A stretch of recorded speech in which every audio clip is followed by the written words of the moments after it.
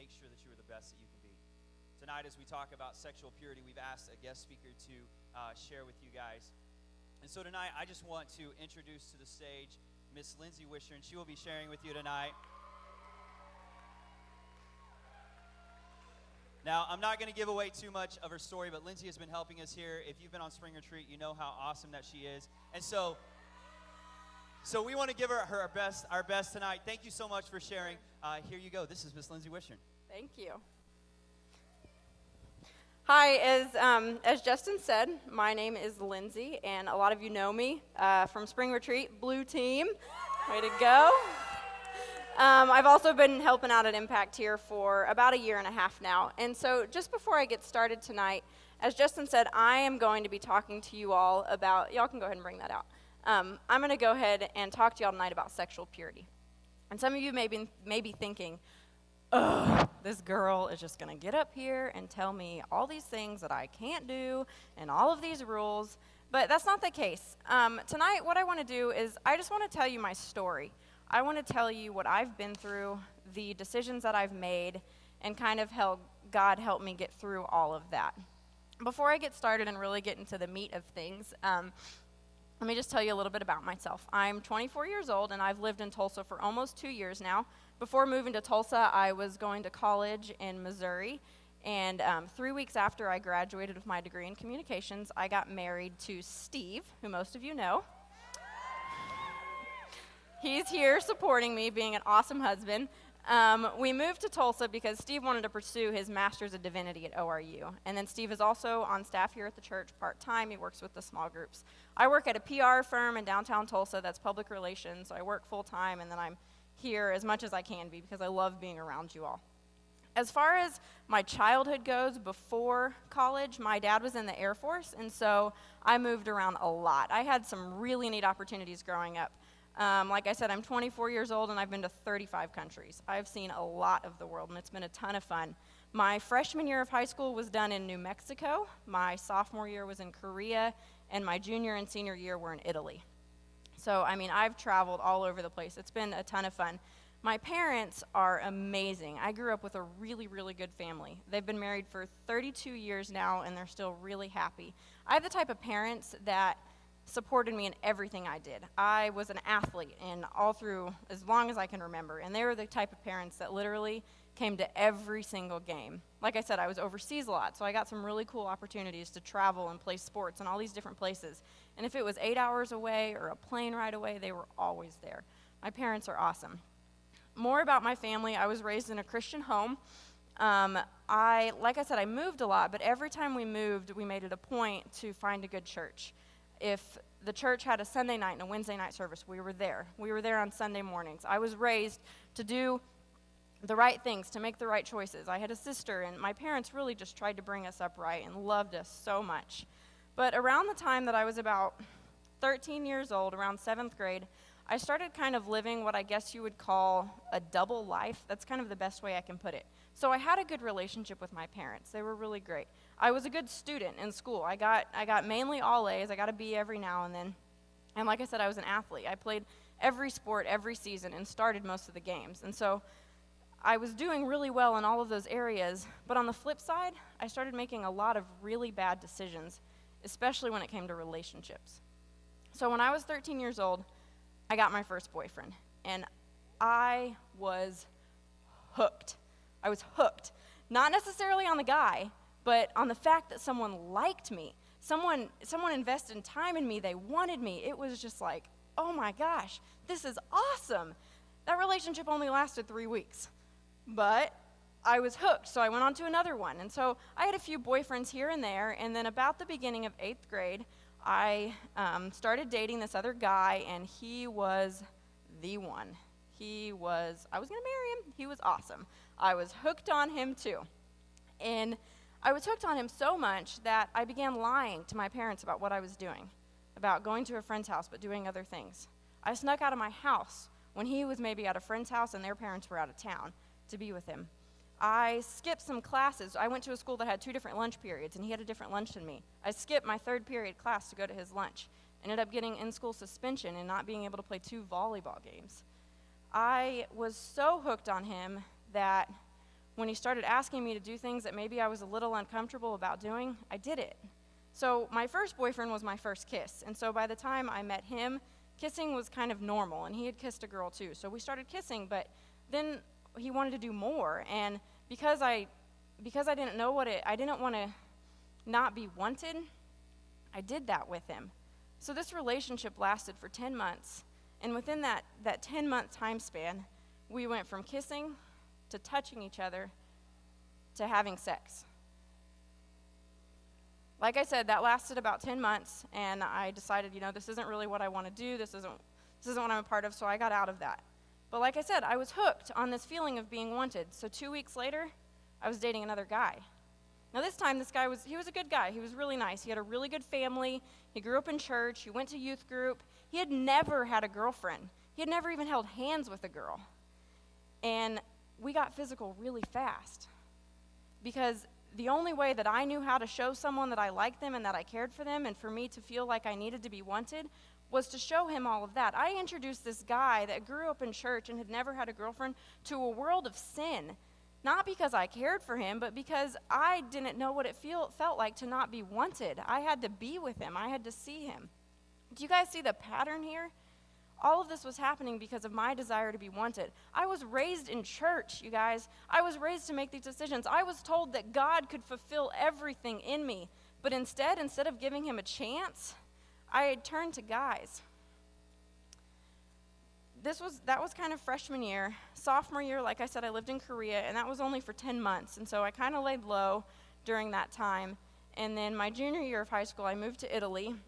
And about mid-junior year, I got another boyfriend, and this relationship ended up lasting 2 years, and it brought a lot of pain and hurt like the last ones, but to even more extent. Again, this one got physical really fast. I did more things I lied to my parents, I snuck out, I skipped school again, I drank with him, not because I had ever drank, but because that's what he wanted to do, and I didn't want to lose him. I had to feel wanted. That drinking led to me getting kicked off my high school soccer team right before Europeans, which is kind of like the state tournament, and I was a starting goalie. So, all of these things were leading to this, and again, this one got physical, and to put the icing on the cake, after high school graduation that summer, 2 months before I was to leave to college, I had been accepted into Missouri Southern in Joplin. I had scholarships lined up. I had my roommate, my dorm assignment. I decided to apply to his college in upstate New York behind my parents' back. So I got accepted, and all of a sudden, I'm no longer going to Missouri. Now I'm going to upstate New York. After a lot of fighting with my parents, as you can imagine, I was heading to New York. They weren't going to stop me, was what I said, and I'm sure they could have, but they decided to let me go. And so come August, we're packing up my things, and I'm moving to upstate New York. When I get there, I end up walking on to the college volleyball team, and I make the team. And to me, life was good. Life was awesome. I'm fulfilling my dream of playing college volleyball. I'm in college with my high school sweetheart. We're living in the same dorm building. And within a week, we're talking about the apartment we're going to move in together next year, which is completely against the way I was raised. But everything is perfect. Everything's working out. That lasted a few months. Around October, November timeframe, all of a sudden, I just kind of started having these doubts. I don't know what spurred it on, but just all of a sudden, I started thinking, what if this isn't the guy I'm going to marry? What if I end up with someone else, and I have to tell that person about all the decisions I've made, all the deceit and all the lies? What if this doesn't work out? And on top of that, I was going to school in New York. I was paying out-of-state tuition because my family's residents of Missouri. My mom calls and said, Lindsey, I don't think we're going to be able to help pay for your college tuition anymore. And I don't know where it came from, but I'm super frugal, and I did not want student loans at all. And so that was just oh man, what do I do here? So just all of these thoughts are running through my head. What if this isn't right? I have to pay for school. I don't know what to do. And the idea of transferring started kind of, I thought everything was perfect, but I'm just I don't know what to do here. So just these ideas of, do I need to transfer to a school in Missouri? What do I do? So it was in November, and I'm in my dorm room, and all of these things are running through my head, and I am just lost. I have just everything, every question you can imagine was just flowing through my mind. I don't know what to do. So I decided, and I dig out this devotional that was given to me when I was in the 8th grade. It's called My Utmost for His Highest, but it's the updated edition, so it's kind of a high school and college edition, and that day was November 11th. And so like I said, all these thoughts, and should I transfer, should I not, should I be with him, should I not, are running through my head. So I opened to that day, November 11th, and I'm just going to read to you part of what it says. It starts off by saying, God's command is take now, not later. It is incredible how we debate. We know something is right, but we try to find excuses for not doing it immediately. If the will of God means a hard and difficult time for you, go through it. That's what I read when all those questions were running through my head on that night. If a hard and difficult time is what it takes, go through it. God showed up. And so I decided, okay, look, this is what I'm going to do. After a lot of really, really hard conversations with my boyfriend at the time, and a lot of, as you can imagine, really good conversations with my parents, I was transferring to Missouri. But it kind of sounds like, oh, she found her newfound life and everything worked out, everything was awesome. And it was on that path, but guys, it just didn't happen like that.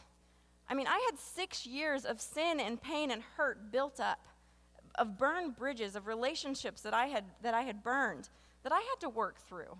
I mean, it wasn't just like, bam, everything's fine. It wasn't easy. Tonight, I want to show you all an illustration of how God worked in my life. So most of you have probably seen this present that they brought out, and it looks pretty nice. It's pretty nicely wrapped, looks pretty nice. Maybe it's one of your birthdays tonight, and you're thinking, did she give me a present? It's my birthday. Sweet. Well, that's not the case. It's actually empty. But we're going to use it tonight. In Psalms 139, it says that God created us. We are wonderfully and fearfully made. God created us to be beautiful. He created us as these beautiful human beings. And so I'm going to use this present as an illustration. It's beautiful as God created us. This was me 10 years ago. This was me before I started making all of these decisions. But then I had this desire to be wanted. And so because I can't not be wanted, I am going to let him touch me.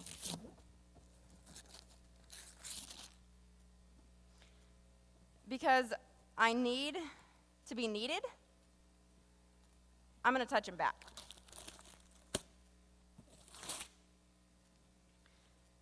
Because I don't want to be the only one not playing, I'm going to play another game of Truth or Dare, and sure, I'll make out with that guy.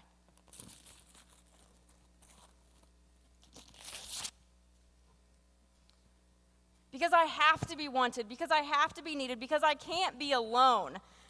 I'm going to give up the ultimate gift that God gave me, the ultimate thing that made me beautiful, and sure, I'll have sex with you. Guys, this is what I was doing to myself. I got my first boyfriend when I was 13 years old, and from the time I was 13 until I was 19, I didn't go any longer than 3 months without having a boyfriend. I got my first kiss when I was 13, and I lost my virginity when I was 14 because of my desire to feel wanted and desired. Don't raise your hand, okay? But how many of you have given away parts of yourself just to feel wanted? And it doesn't have to be sex. It doesn't have to even be any sort of sexual activity. Anything. These past 4 weeks, we've been talking about some really serious issues. We've been talking about drugs and bullying and social media. Taking a picture and sending it off to your boyfriend or girlfriend, or trying that drug just to kind of get that feeling. That's all parts of giving yourself away. How many of you guys are realizing that's what I've been doing? No matter what, God can restore you. He can completely forgive all of that. But it's not going to be easy. You're going to face adversity. Let me just give you an example. So after I moved to Missouri, I went through a lot and kind of grew in all this. And a couple years later, I met Steve, and we decided to date. And before we started dating, we made the decision that we weren't going to kiss. Now, we made this decision because of my past and to protect me. And then Steve wanted to remain pure. And so we said, we're not going to kiss in our relationship. And of course, we didn't know at that time if we were going to get married or not, but we went as far to say, we're going to wait, if we get married, until our wedding day to kiss. Well, I have this friend that I was best friends with in high school when I lived in Italy. And we had stayed in touch. We called every now and then, and she knew that Steve and I were dating. And one day she calls, and we're talking and all this, and she's like, well, how are things going? They're going really well. Well, have you guys kissed? Well, actually, no, we're not going to kiss. You're not going to kiss? What? Who are you? You've changed so much. Lindsey, what's wrong with kissing? I mean, who cares? Kissing and having sex, I mean, that's just a way that you show someone that you love them. That's just passion. So if you guys make radical decisions for your life, you're going to face adversity. It's inevitable. But God can help you get through all of that. You have to decide, do you want to go through life looking like this because of the adversity you're going to face? Or do you want to be completely restored, completely rewrapped by God, and go through life looking like this? This beautiful and amazing gift that God created you to be. You have to decide which one you want. So some of you may be thinking, okay, this is really good. This is kind of, yeah, I mean, I do kind of look like that, and I don't want to look like that anymore. Or, no, I don't look like that, but I want to protect myself. I don't want to do that. What do I do? I mean, Lindsey, this all sounds really good, but what do I do? So I'm going to walk through some steps, some things that Steve and I did to kind of help us. But first of all, there's a few things that I just kind of have to outline. First of all, if you're not allowed to date, don't date. If your parents have given you an age or have told you you can't date until we tell you you can, just don't do it. There's so many times that my parents told me things and asked me not to do things or told me not to do things, and I did them anyway. And I look back now and I'm like, you know what? I could have not gone through a lot if I would have just listened to them. So that's the first thing. Don't date. If you can't even think about marriage right now, like you think about it and you're just like, whoa, that is really far out, don't even want to think about it, you probably don't need to date either. I mean, the point of dating is to meet your spouse, and so just hang out with people, get to know the type of personality types you like, but there's no point in getting in these serious relationships if it's not leading anywhere. So if you can't think of marriage at all, don't date. And then the third thing, if you are in a relationship right now and you are physical meaning you're doing anything to turn each other on, you need to stop. So here's some things that Steve and I did that just kind of helped us. So I said we decided not to kiss. Well, we set up what we like to call guardrails. So think of it this way. Say you're driving along the mountains. If any of you have ever been to Colorado or a place that's really mountainous, and you're driving along, there's some steep cliffs that you're driving along. And a lot of times on these roads, there's guardrails set up. And those guardrails are to help protect you. If your car gets a little bit too close to that cliff, the guardrails, they're there to bump up against so you don't fall off. Now, if you've fallen off the cliff, it's okay. We talked about that. God can forgive you. Steve gave me this really great analogy. I wouldn't have thought of this because I never played video games. But he said that it's kind of like Mario Kart. Your car falls off the side of the road, and magically you just appear right back on the road. So think of it that way. God forgives you. You are back on the road. But now you need to set up the guardrail so you don't fall back off. Some things that we did that really helped us that I think would help you. Don't be alone in a house without your parents. Don't. It's that alone time. You're just setting yourself up to do things that you're going to regret. 2, if you are in your house and your parents are there, don't shut the door. There's no point. I mean, what's closing the door going to do? What is there to hide? Kind of like Justin was talking about. What is there to hide on your cell phones? Just keep the door open. 3, I know a lot of times you guys get together at people's houses and you watch movies and you hang out. Sit up. Don't lay down. This is a rule Steve and I had in college. We're not going to lay down together because we're getting closer and closer to each other's bodies and we're getting more comfortable. And another one that was really helpful, don't touch each other under each other's clothes. And I don't mean like actually touching each other. I mean like, why do you need to rub his bare back? Or why do you need to rub her stomach? I mean, you're just getting closer and closer to things that you shouldn't be touching, and you're just getting more and more comfortable. And there's just no point. And then another one that was extremely helpful is accountability. You've got to have accountability. So if you're in a relationship, you need to have accountability. And I don't mean a peer or some of your friends. You need to have someone else, like Steve and I, an older couple or a leader in the church that knows you're dating, and they're going to come to you and they're going to ask you the hard questions. How have things been going? Are you guys tempting? Are you making the right decisions?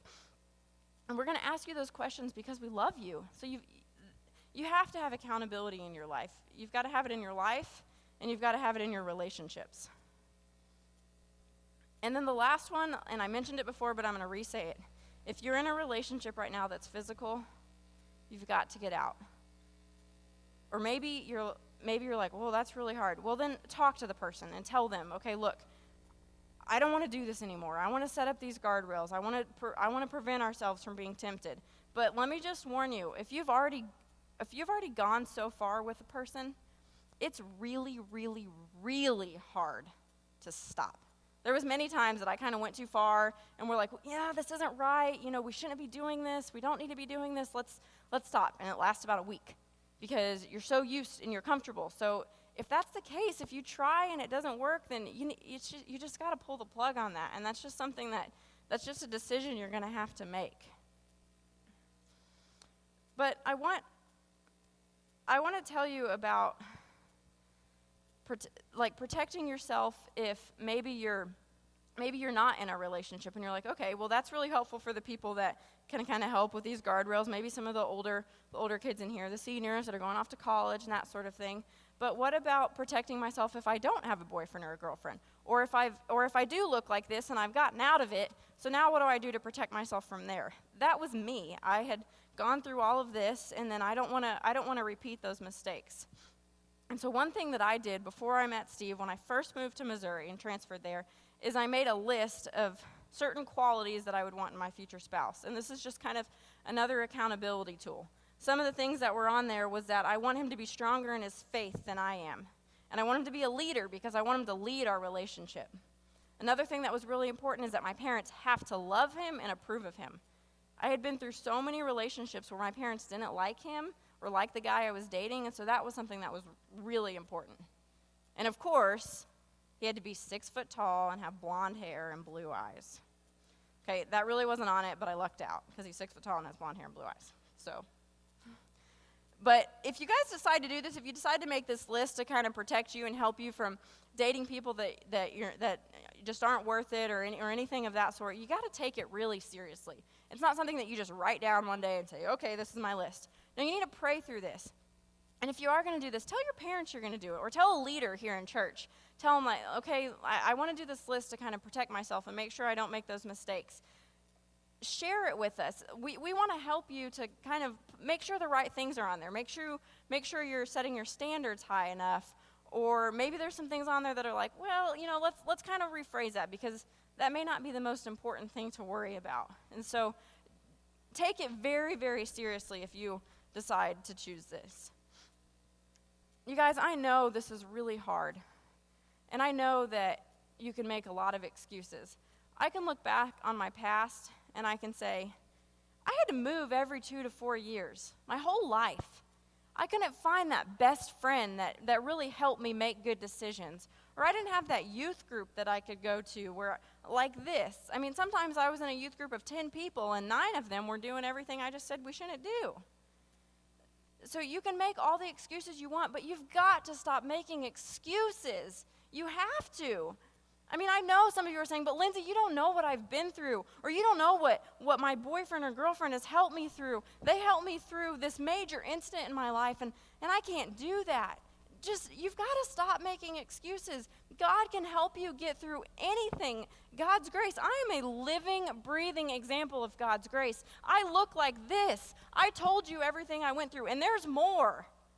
But God's grace can help you get through this. God can help you through any of it. So the excuses just have to stop. But there's one more thing. Don't just wait. Okay, that's not the point here. I'm going to wait till I get married. Waiting is good, and that's biblical. But what we need to do is we need to abstain. Because if you're just waiting for that future spouse, you're doing it for a person and not for God. Marriage is good. Relationships are good. But a relationship with God is the ultimate goal. And you are not going to succeed. You're not going to succeed at not looking at that computer screen, or you're not going to succeed at not going too far with your boyfriend or girlfriend if you're only doing it for that person and not for God. He has to be the reason you're doing it, and he will help you get through that. So I'm going to ask the worship team just to join me up here. And I really want to give you all a chance to just kind of evaluate your decisions and evaluate the decisions you've been making. Are you torn? Have you been making decisions that you've been ripping away parts of yourself? Is this what you look like? Or are you still here, but you're nervous because it's getting really hard? There's that girl that is so hot. Man, she looks good, and it is just hard not to think about her. Or there's that guy that, he just makes you feel so good. He says all the right things, and you can't stop thinking about him. But you want to protect yourself. I want to give you a chance to just really kind of think about all of this and go through it. Do you need to be completely rewrapped tonight? Or do you need the help to make sure that you stay beautiful the way God created you? Because guys, I know it's not easy. I told you everything I went through. I told you all the decisions that I made. And it's not easy. It's really, really hard. And I get that. I get that you're scared. But God's going to have your back. I want to tell you one more story. So when I moved to Missouri, when I left New York, I told myself, and I really feel like God put this on my heart, I'm not going to have another boyfriend until I am almost positive, as positive that I can be, that he's someone that I can marry. I don't want to date another guy. And coming from my past and that desire to feel wanted and needed, that's really hard.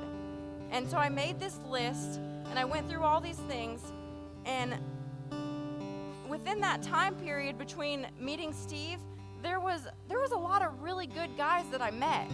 The guys that I went to church with, and they met just about every quality on the list. Not one of them liked me. Not one. No one liked me for over a year. Good guys. And I look back now, and I look at that, and I say, that was God having my back.